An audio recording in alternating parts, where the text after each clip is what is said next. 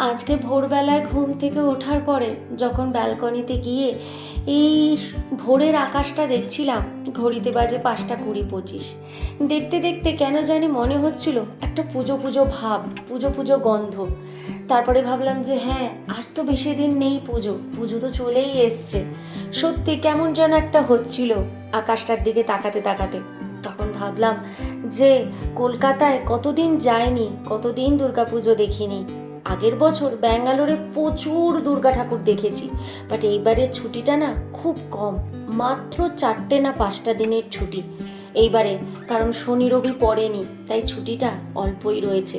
জানি না ছুটিটায় কি করব, কোথায় যাব।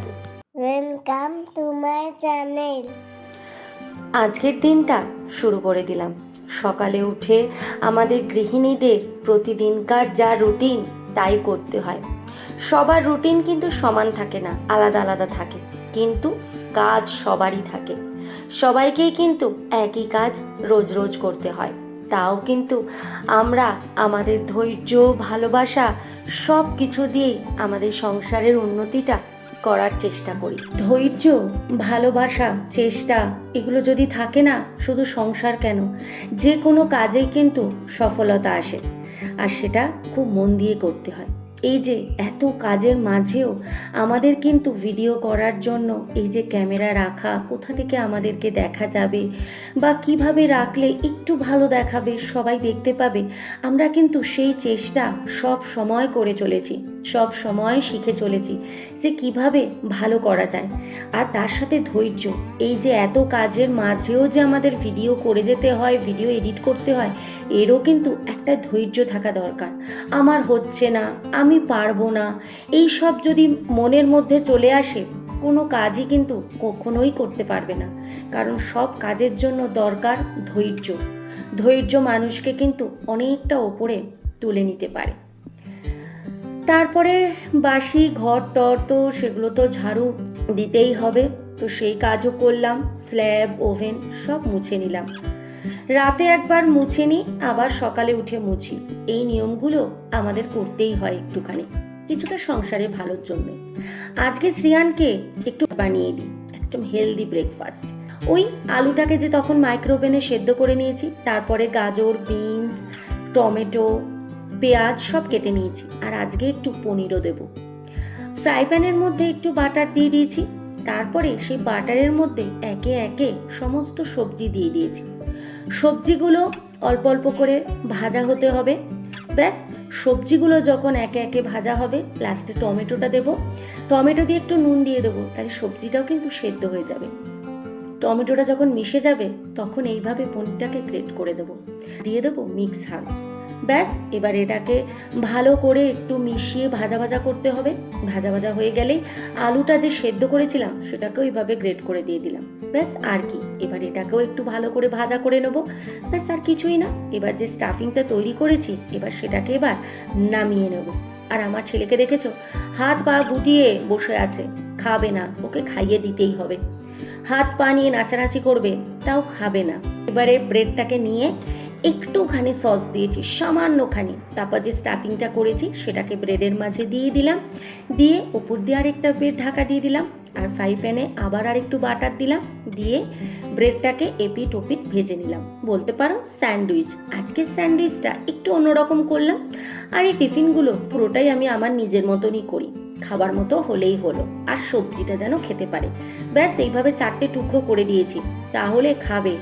তো আরও দুটো ব্রেডের হাফ পোর্শন দিয়েছি, আর এই হাফ পোর্শনটা সোহমকে দিয়ে দেবো, এতটা খাবে না।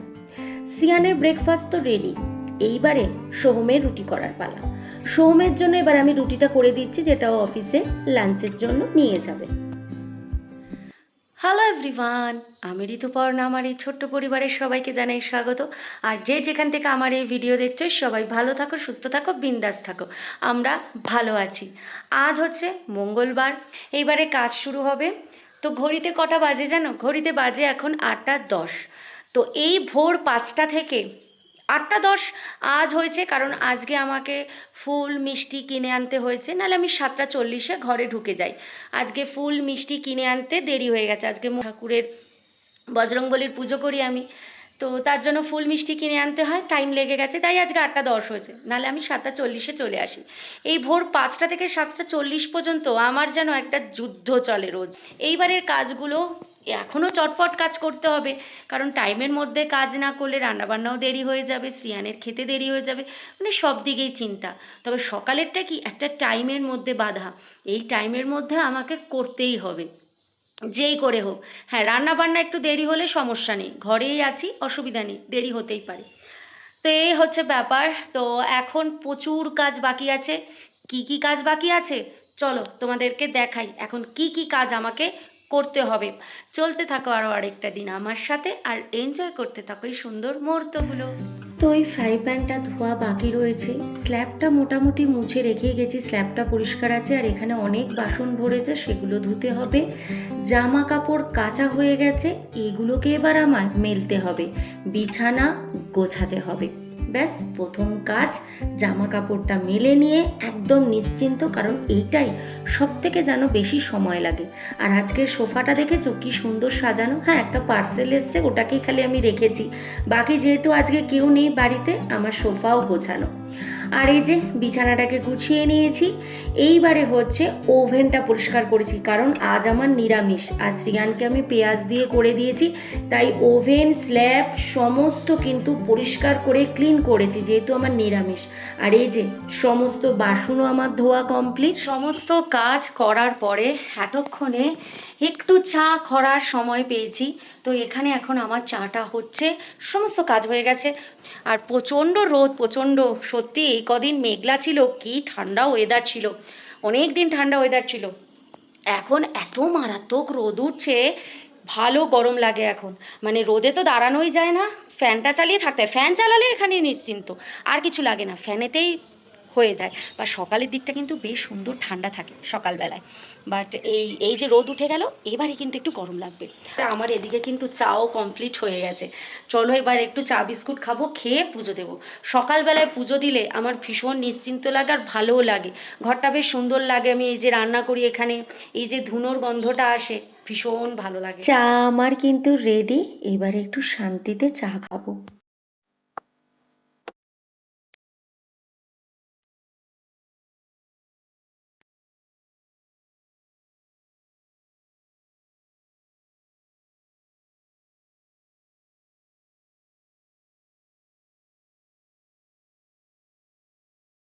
পুজো শেষ করে চলে এসেছি কিচেনে, আর কিচেনে এসে কিন্তু ভাত বসিয়ে দিয়েছি।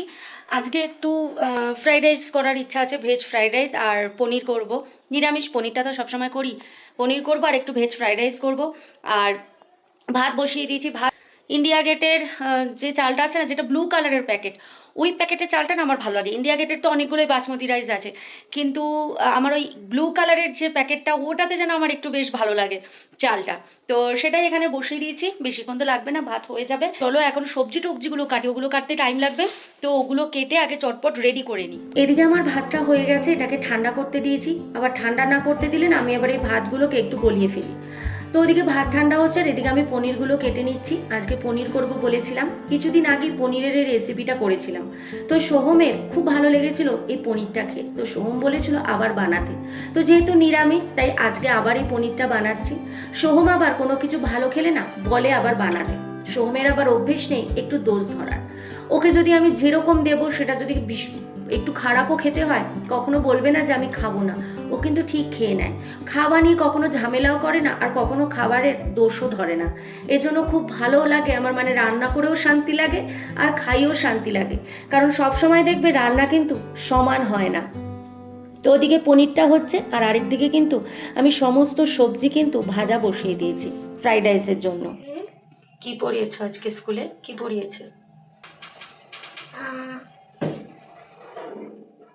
আমা আরাসা